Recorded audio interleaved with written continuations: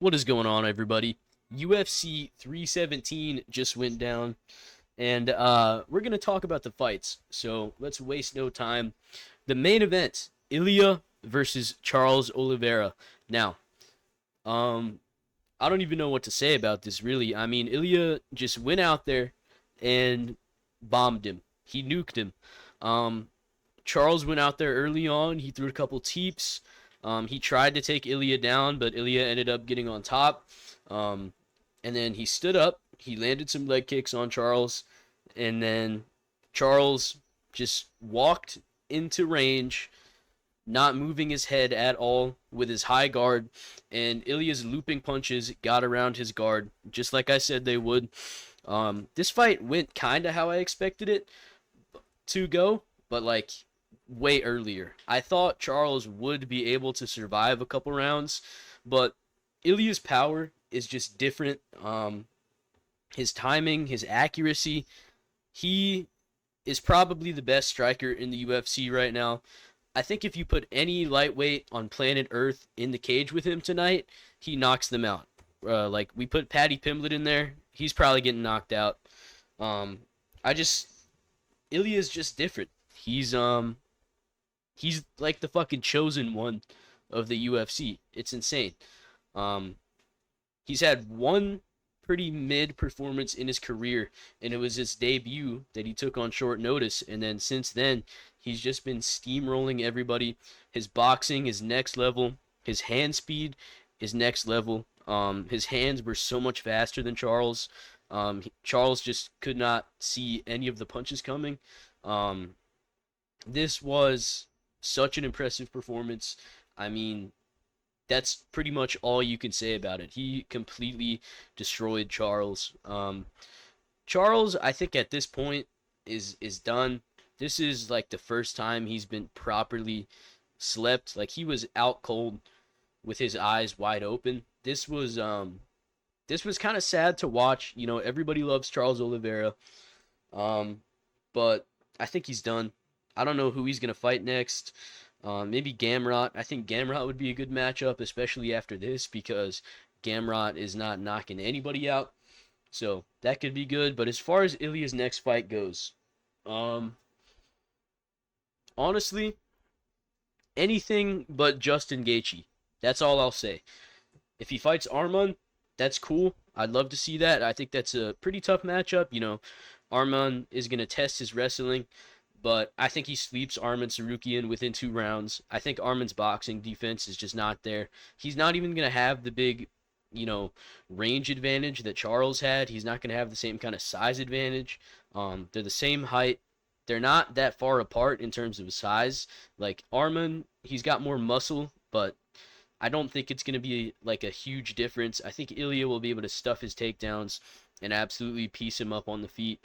Arman could cause some problems for Ilia with his kicks, but you know, like Ilya's been fighting some of the best strikers in the UFC, and they haven't been able to like throw him off with their kicks. So I don't think Arman would be the guy to do it. And we've seen Arman get clipped and hurt bad in a lot of his fights. So I think Ilia would find his chin, touch it, and it would explode. That's what's gonna happen if he fights Arman. Um, I think he would knock out Paddy, but Paddy is very dangerous. He's a pretty dynamic striker. You know, he's got good flying knees. He's got a lot of power, but his defense is just not the greatest. Ilia might have some problems getting past Paddy's range, um, but I'm gonna pick him to knock out everybody. How can you not? After the streak he's been going on, you've got to pick him. Um, the only lightweight who is gonna beat him, and I wouldn't even pick Islam to beat him, but I think he has the best chance. Um, and I still think this kind of just proves to me he would knock out Islam because Islam cannot pressure like Charles can. He's a counter striker. He moves backwards, and he's gonna be moving backwards, and he's gonna find himself against the cage. And Ilia Topuria is gonna be landing bombs on him, and I don't think Islam can take Ilia down. Um, Islam's takedowns in the open are not, the best. I think Ilia can stuff them. The real problems are when Islam starts wrestling against the fence, but I don't think he'd be able to back Ilia up. So, yeah, this was such an impressive performance from Ilia Topuria. This guy is fucking special. But let's move on to the co-main. Alexandre Pantoja versus Kai Kara France. Now, I'm glad I decided to change my pick because for a while I was saying, oh, I think Kai's going to win. But, Pantoja just did not give him any space to strike. When Kai is striking, he loves to, go forward and close a lot of distance with his punches, switch stances in the middle of his combinations, and you need space to do that. Pantoja's pressure was so good. He was outstriking Kai the whole fight. He was landing good leg kicks. He was landing good right hands. He was just blitzing at Kai and then taking him down, and he took Kai down so easily. I know Kai does have good takedown defense and grappling defense, especially when you've got him in a submission. He defends very well, but he does give up his back a lot, and Pantoja is the last guy you want to take your back. So Pantoja, round one, he took Kai down, had him in a body triangle the whole time. Round two, Kai was able to stuff some of the takedowns, and, he didn't really land anything significant. Pantoja was actually outstriking him. And then round three came along. They were striking for a little bit. Pantoja was winning, and then he takes Kai down, gets on his back, and submits him with a rear naked choke. The Pantoja classic. Pantoja is going to be fighting Joshua Van next. I think that's a fucking amazing fight.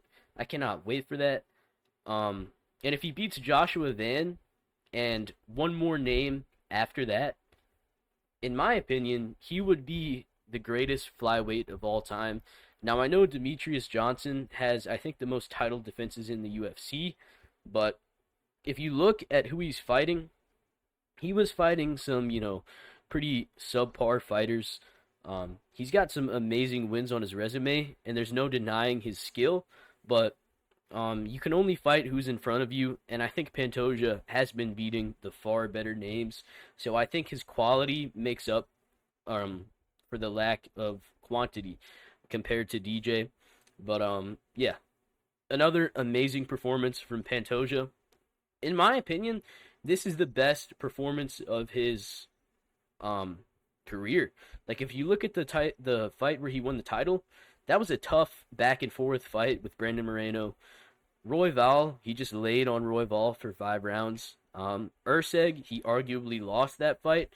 But this, he fought Kai, who I think is on the level of, Moreno, Royval, Urseg. He's clearly as good as those guys, and he's a very good defensive grappler. And Pantoja just cut through him like butter, just like he did with Kai Asakura. So I think this is one of the best performances in Pantoja's career, and he's the first flyweight to win a title fight at the age of 35.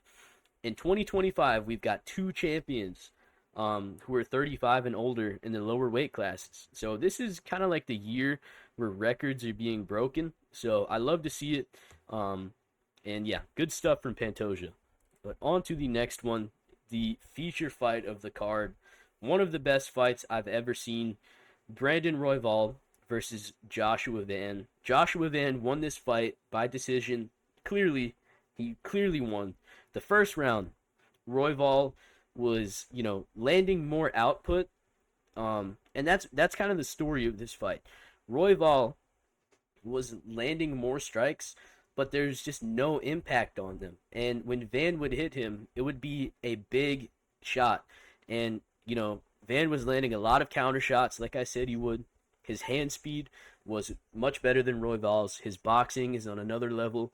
And round one, he kind of pieced up Royval, landed huge shots. Round two, Royval looked good. He outlanded Van by a lot, and he actually did land some good shots. It looked like he was getting a little bit of a reaction out of Van.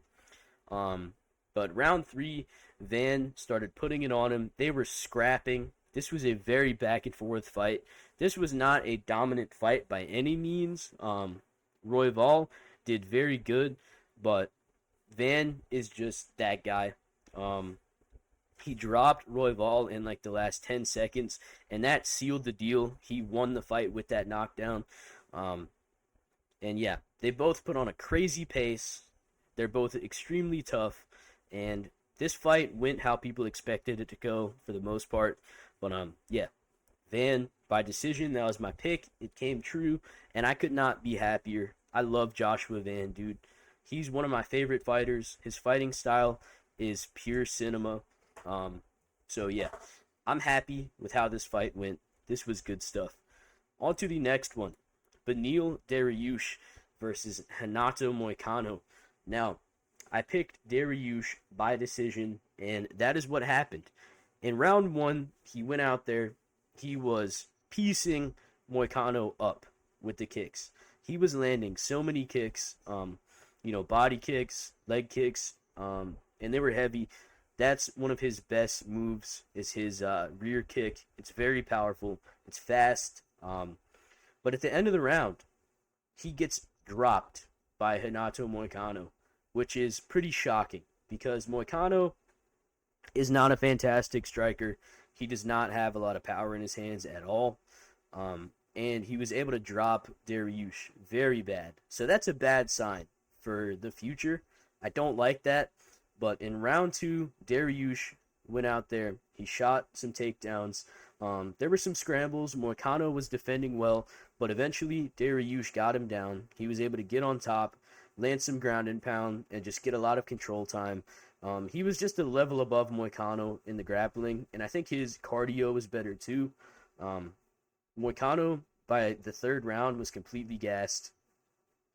Round three, Dariush goes out there, and it's pretty much a back and forth striking battle, but Beneil just comes out on top. He's landing way more output. Now that I think about it, it wasn't even really back and forth. It was just Beneil throwing kicks and left hands, and Moicano was just basically doing nothing. He shot a takedown with 10 seconds left in the fight, which makes me question, like, what is he doing? You are clearly down 2 rounds. You have 10 seconds to finish the fight, and you shoot a takedown. It's crazy. But yeah, Dariush kind of pieced up Moicano. He was just a level above him in the striking and grappling, and I think he had a clear power advantage too. Although he got drops, it was just every strike that Dariush was throwing was more threatening. And I think in round one, the reason he got dropped is just because he was getting a little lazy, and he was out for a long time, so he was just getting used to being in the cage again, and he got caught. But yeah, he proved he was just a level above Moicano. Great performance from Beneil. I hope he retires soon, though, because I don't want to see him lose again. I love this guy. He's a great human being, and I feel like if he fights somebody like Rafael Fiziev in his next fight, he's going to get slept out cold, and I don't want to see that. So, I hope he retires, but yeah, you gotta love Beneil. This is a feel-good moment. Coming back after 2 KO losses and being out for almost 2 years, this was great. But on to the next one. Peyton Talbot versus Felipe Lima. Now, this is the only fight on the card that I got wrong. So, before this fight, I was thinking Felipe Lima is going to go out there. He's going to be able to land big shots on Peyton Talbot early on and mix in the grappling. And Talbot's grappling is ass. It's butt, booty cheeks. But it turns out, within 5 months, he was able to improve so much that he completely out-grappled a guy who has better grappling than Raoni Barcelos. Felipe Lima is a better fighter than Raoni Barcelos. I don't want you guys to think that, oh, Felipe Lima actually just sucks. Talbot only beat him because he's bad. That is not the case. Talbot has made major improvements to his grappling, and Lima had more success than I thought he would in the striking. He was actually doing pretty well. I thought if he was striking for prolonged periods of time, he was going to get knocked out, but he was actually doing very well, and I think he should have, done more striking with Peyton Talbot. The grappling was the fucking downfall. Every time he shot a takedown, he got reversed. He just got kind of manhandled. I think Talbot was a lot stronger than him, But on the feet, Talbot is very composed. He's calm. He's got good timing. He's got big power in his hands. So yeah, I think this shows that Peyton Talbot still has a lot of promise. After that Houndy Barcelos fight, everybody, including myself, was down on Peyton Talbot. I didn't think he would level up this much, but he did, and he's back to being one of the best prospects in the division. So I love to see this. Yeah, this was a good performance from Peyton Talbot, and Felipe Lima. I think he's still good, but I think he should take some time off. Just focus on improving your skills. Just take some time off, and yeah, that's what I think about this fight. On to the prelim headliner, Gregory Robocop Rodriguez versus Jack Hermanson. Now, for a while, I was picking Jack Hermanson to win this fight. I was thinking he's going to be able to get out of the way of the big punches from Gregory Rodriguez and wear on him. And then I went back and I actually watched his fights, and I decided that that was kind of stupid, and I'm glad I did that because RoboCop absolutely slept him. Um, RoboCop is just built different. Jack Hermanson is not the biggest middleweight on the roster. He does not have any power in his hands. And RoboCop is gigantic, and he can knock out a woolly mammoth. So, yeah, he marched Jack Hermanson down. Jack Hermanson was doing well. He was landing shots on RoboCop. He cut him. He was landing some good punches, but he was just on the back foot the whole time. And if you're not able to stand your ground at least a little bit versus RoboCop, he's going to knock you out. So, yeah, there was just no threat coming back his way from Hermanson, and he cracked Hermanson with the meanest left hook of all time. Hermanson was out as soon as the left hook hit him, and then when he fell down, his head bounced off the canvas, and that, added insult to injury. And then RoboCop bombs him with a hammer fist from hell. Herb Dean is 50 miles away from the fight. He's basically in the crowd with popcorn. He's got his sunglasses on, chilling out, smoking a doobie. And, yeah, he basically let Jack Hermanson get murdered. I was actually scared for a while that Jack Hermanson was not going to be okay. He was out for like 3 minutes. And, I hate to see that. Because, Jack Hermanson is a good guy. He's a good fighter, but it's not his fault he doesn't have knockout power, dude. He's just got pillow hands, and he wasn't able to stand his ground versus Rodriguez at all. He was just outgunned in this fight, and this is a great performance from RoboCop because, you look at the Joe Pyfer fight. Jack Hermanson took some bombs from Joe Pyfer, who's a big hitter. He's a big guy. He's a good grappler, and this showed that RoboCop is like an upgraded Joe Pyfer. So yeah, I'm happy for RoboCop. This was an amazing rebound. I would like to see him fight somebody at the lower end of the top 15 next, like maybe Abbas Magomedov. I see a lot of people saying he should fight Izzy. I don't want to see that. You don't get to lose to Jared Cannonier, who's like number 7, and then beat Jack Hermanson, who's not in the rankings, and then fight Israel Adesanya. Even though Izzy's on a loss streak, that's such a high jump in competition. I really don't want to see that. So I think he should fight Abbas Magomedov. I think he'll destroy him. He'll brutally knock him out easily. But I still want to see it. But yeah. Amazing performance from RoboCop. Hopefully he got a performance bonus because this was a brutal knockout. This was hard to watch. But on to the next one. Jose Delgado versus Hyder Emil. I picked Jose Delgado. He won by knockout in the first round. I did not expect that because Hyder Emil is very durable. He's tough. But like I said, Jose Delgado was faster. His footwork was much better. He's got defense. He doesn't just get hit by punches. And he blitzed Hyder Emil. He blitzed him. threw a couple punches, and then threw a nasty knee up the middle, dropped Hyder Emil bad.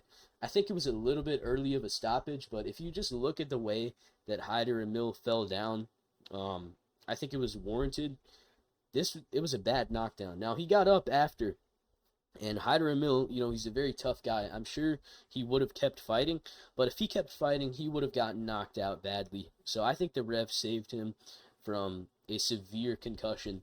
So I'm happy about that because I like Hyder Emil. He's not undefeated anymore, but you can rebound from losses like this. Hyder Emil, I'm sure he'll have a bright future, but Jose Delgado, this is my boy.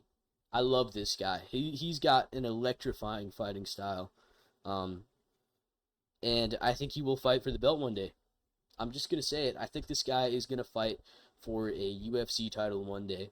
But yeah, I'll leave it at that. This was an amazing performance. Tracy Cortez versus Viviane Araújo.